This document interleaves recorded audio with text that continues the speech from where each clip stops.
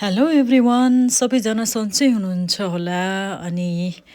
हामीलाई चाहिँ एकदमै अलिकति स्वस्थ ओइलीले स्वस्थ फुड खान मन लागेको कारणले गर्दाखेरि अनि हामीले चाहिँ यो जापानिज यो चाहिँ फुड बिबिम्बाप घरमै बनाएर खाऊँ भनेर अनि हामी चाहिँ यो बनाउन लागेको थियो या अनि यो चाहिँ इजी मेथड छ एकदम इजी प्रोसेस होइन हेल्थी पनि छ शरीरको लागि फाइदा पनि हुन्छ है अनि धेरै ओइली मसलादार खाना होइन यो है एकदमै हेल्थी अनि बोइल गरेर हामीले यो बनाउन सक्छ घरमा इजी प्रोसेस छ है त्यस्तो धेरै त्यो एक्सपेन्स पनि खर्च पनि हुँदैन होइन एकदमै इजी प्रोसेसबाट बनाएर घरमै खान सकिन्छ रेस्टुरेन्टमा गएर होइन धेरै धेरै पैसा खर्च गरेर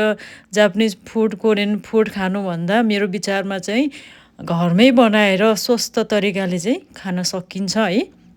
अनि यो चाहिँ यो प्रोसेसद्वारा चाहिँ बनाएको मैले चाहिँ घरमै अनि एकदमै इन्जोय गरेँ मैले त है तपाईँहरूलाई यस्तै खान मन लाग्छ भने खर्च हुँदैन घरमा जे छ त्यही भेजिटेबल्स है गाजर होइन जस्तै सागहरू घरमै हुन्छ अनि मासु अब अलिकति ल्याएर होइन थोरै ल्याएर न त भेजिटेबलको सबै मिलाएर बनाएर खान सकिन्छ त्यस्तो गाह्रो छैन अनि भात चामल घरमै हुन्छ होइन अनि तरकारीहरू घरमै हुन्छ बारीमा फलेको हुन्छ है अनि इजी प्रोसेसद्वारा बनाएर पनि खान सकिन्छ थ्याङ्क यू फर वाचिङ